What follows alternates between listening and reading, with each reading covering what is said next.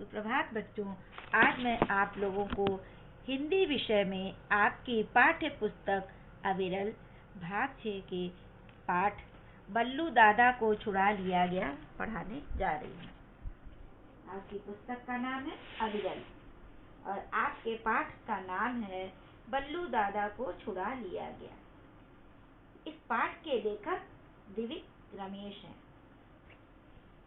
बच्चों, पाठ प्रारंभ करने से पूर्व मैं आपको ये बताना चाहती हूँ कि आप बहुत ही ध्यान से सुनिएगा।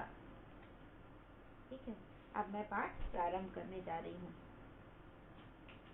इसके पहले मैं लेखक के परिचय के बारे में भी आपको बता दूं। लेखक दिविक रमेश का जन्म सन 1946 में दिल्ली में हुआ था। ये मोतीलाल नेहरू कॉलेज दिल्ली विश्वविद्यालय में प्राचार्य हैं।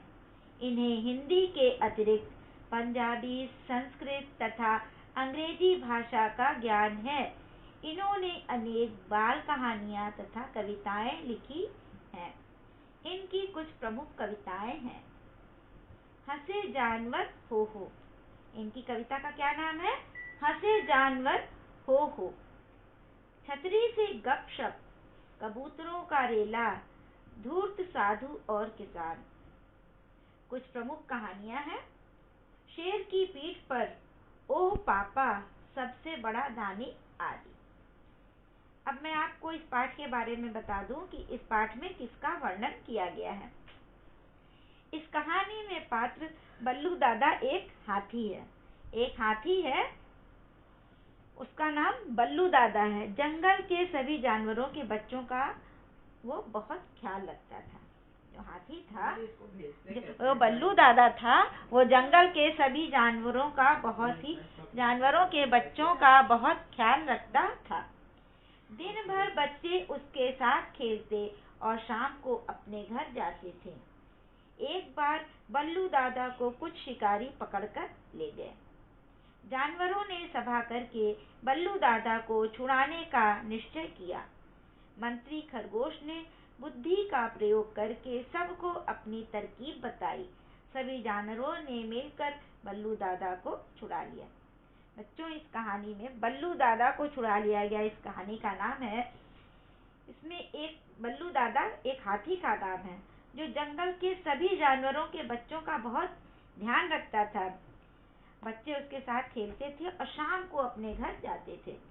लेकिन एक बार क्या हुआ कि कुछ शिकारी जो हैं वो बल्लू दादा को पकड़कर ले गए।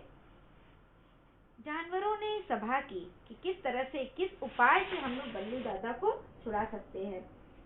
सभी जानवरों में मंत्री था वो खरगोश था। खरगोश ने अपनी बुद्धि लगाई और सबको एक तरकीब बताई, एक उपाय सुझाया और उसी उपाय से सभी जानवरों ने मिलकर बल्लू दादा को छुड़ा लिया। अब मैं पाठ प्रारंभ कर रही हूँ। बल्लू दादा पर सभी जानवरों को इतना ज्यादा भरोसा था कि काम पर जाते समय वे अपने छोटे बच्चों को उनके सुपुर्द करके जाते थे। सुपुर्द मतलब उनके हवाले, उनको देकर जाते थे। जब सभी जानवर काम पर जाते थे तो वो अपने छोटे बच्चों को बल्लू दादा को देकर जाते थे। बल्लू दादा को भी बच्चों से बहुत प्यार था। उनका घर नदी के किनारे था। बल्लू दादा का घर नदी के किनारे था। सारा दिन वे बच्चों को ऐसे ध्यान से रखते जैसे वे खुद उनके ही बच्चे हों। अब बल्लू दादा बच्चों का इतना ध्यान रखते थे जैसे कि वे अपने बच्चों का ध्यान रखते हों। कभी कभार उधम मचाते बच्चों को डांटना भी पड़ता तो प्यार से डांटते थे। कोई बच्चा यदि दूसरे से झगड़ता तो बल्लू दादा फौरन उन्हें प्यार से रहने की अच्छी सीख देते। वे बच्चों के साथ बच्चे की ही तरह हो जाते। शाम को नदी के पास सब बच्चों को इकट्ठा कर लेते, फिर अपनी सूंड में पानी भर भर कर उन पर फव्वारे की तरह पानी छोड़ते। बल्लू दादा सभी बच्चों से बहुत प्यार करते थे और अगर कभी कभार कोई बच्चे गलती करते थे तो उन्हें बहुत प्यार से डांटते थे। और अगर कोई झगड़ा करता, कोई लड़ाई झगड़ा करता तो वो उन्हें बहुत प्यार से रहने की अच्छी सीख देते, अच्छी शिक्षा देते।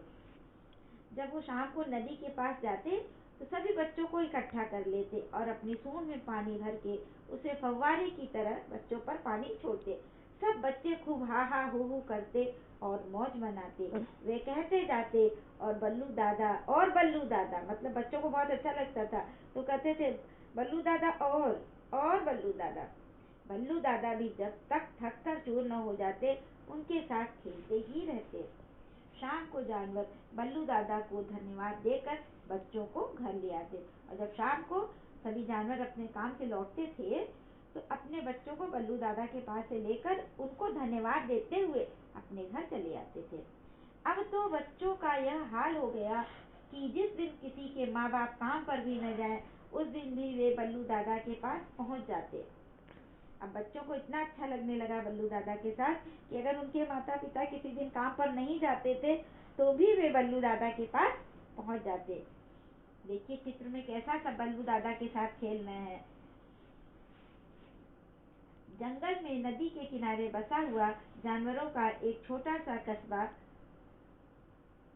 बहुत ही सुखी था। जानवरों के इस सुखी कस्बे में पेड़ों पर रहने वाले पक्षी भी सम्मिलित थे।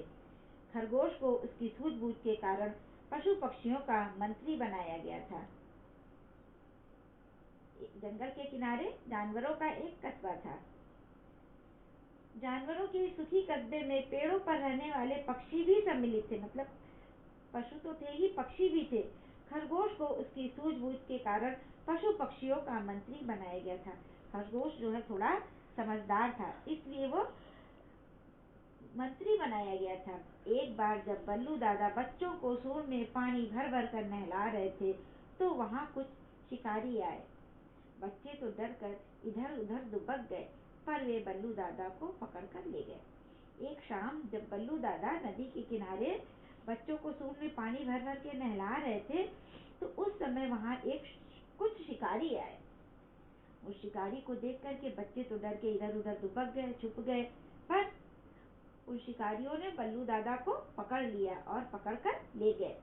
जब जानवर काम से लौटे तो बच्चों ने बल्लू दादा के बारे में सारी कहानी कह सुनाई। जब शाम को सभी जानवर अपने अपने काम से लौटे तो उनके बच्चों ने बल्लू दादा के बारे में सारी कहानी कह सुनाई। क्या कहानी थी कि कुछ शिकारी लोग बल्लू दादा को पकड़कर ले गए। सारे जानवर बहुत उदास हो गए। अब सारे जानवर बहुत दुखी हो गए क्योंकि बल्लू दादा को शिकारी पकड़ के ले गए थे। उन्हें शिकारियों पर क्रोध भी बहुत आया। सभी जानवरों ने